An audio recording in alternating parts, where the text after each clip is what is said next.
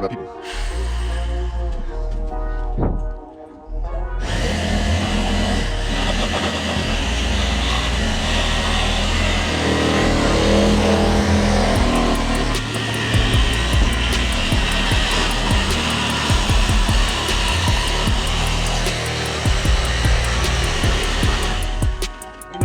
Man, what the heck's that about?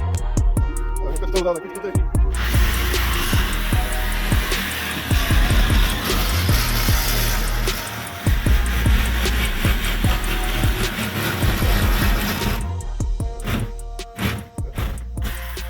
Wait, you ain't done. You still got gas in, you want to join it first? Everything right now. Everything right now is good. What you gonna do?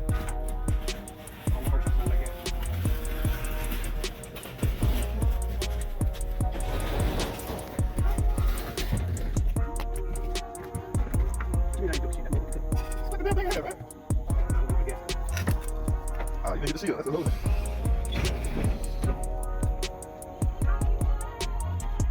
That's what I love.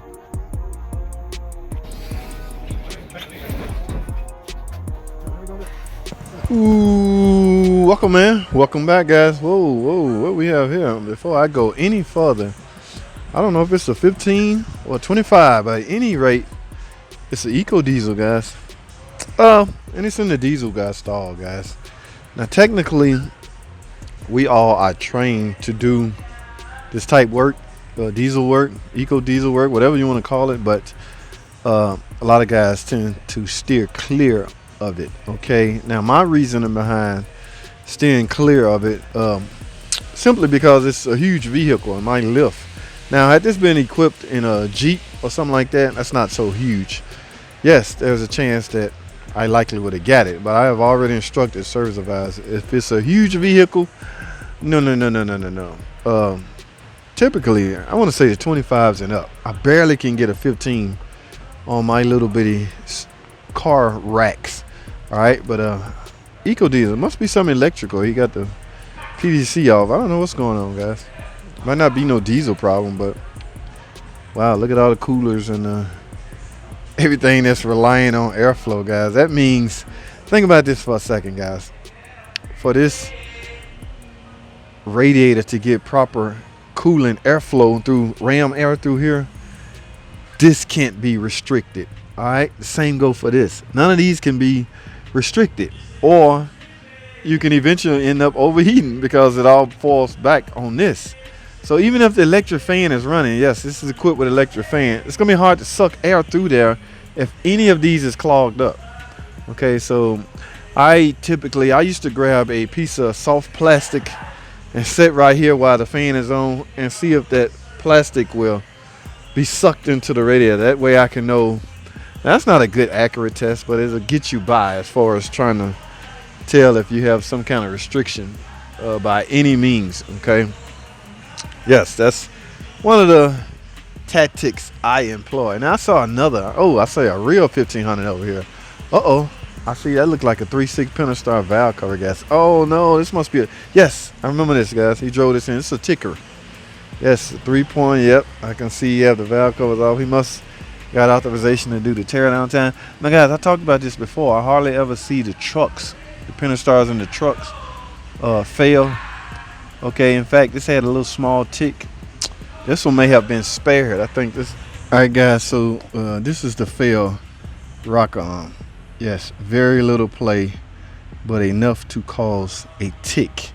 Now, did it ruin a cam load? I can't see, guys. From the look of it, it doesn't look like. That's why, that is a prime example why you want to catch these early, guys.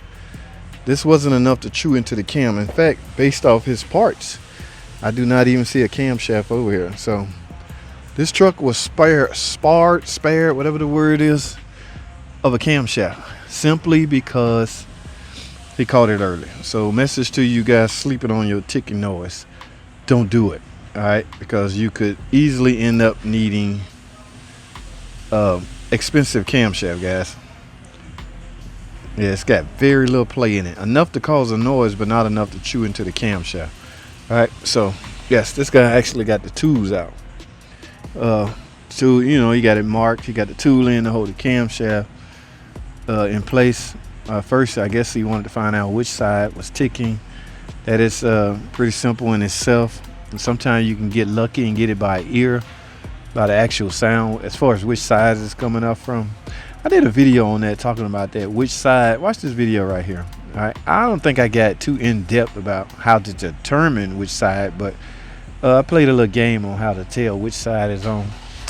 Any, meeny, miny, mo don't work on situations like this, guys. But for the record, that is what's going on over here. Ticker on a 1500, guys. I'm telling you guys, that is very rare. Very rare. I hardly ever see them on the, and it's the same engine inside the vans and the cars, but this is maybe 1 out of 100 that problem will be found in the 1500. I think P. Gavin, Coyote have this type truck. Anyway, what my man doing over here? This look like a Gen 3. I know it's not a ticking noise. That's for sure. Because these don't never tick. You know why? Because it's Gen 3 with EGR cooling. That's Gen 2, guys. I don't know when they're going to start putting the Gen 3s in there. What the hell you doing, Chan?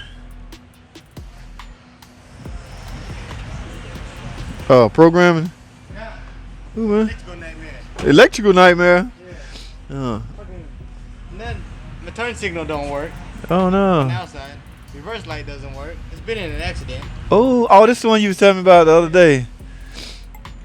Been in an accident. Yeah, it's time to look for some pinch wiring. Yeah, because even when the key's on in the run position, Yeah. you can step on the brake and just hit the start button and it'll start up. This one, when you hit the button, it cuts off. Ooh, where get hit at? I don't know.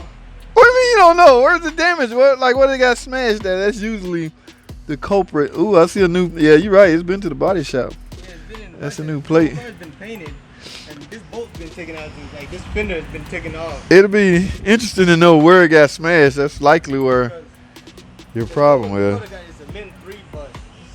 Oh, it's a Lin bus problem? Yeah. All right, guys. He got a bus nightmare down there. So I'm going this way. I think we'll call this 1500 the day to day. I think we already talked about this one. Still didn't figure out what he was doing, but yeah, he got a bus nightmare down there on that Jeep. He's got hit, guys. When you get hit, guys, you need to be going now to talk to somebody. We want to know exactly where it got hit because that's likely where our problem is. All right, guys, that's all I have. Thanks for watching.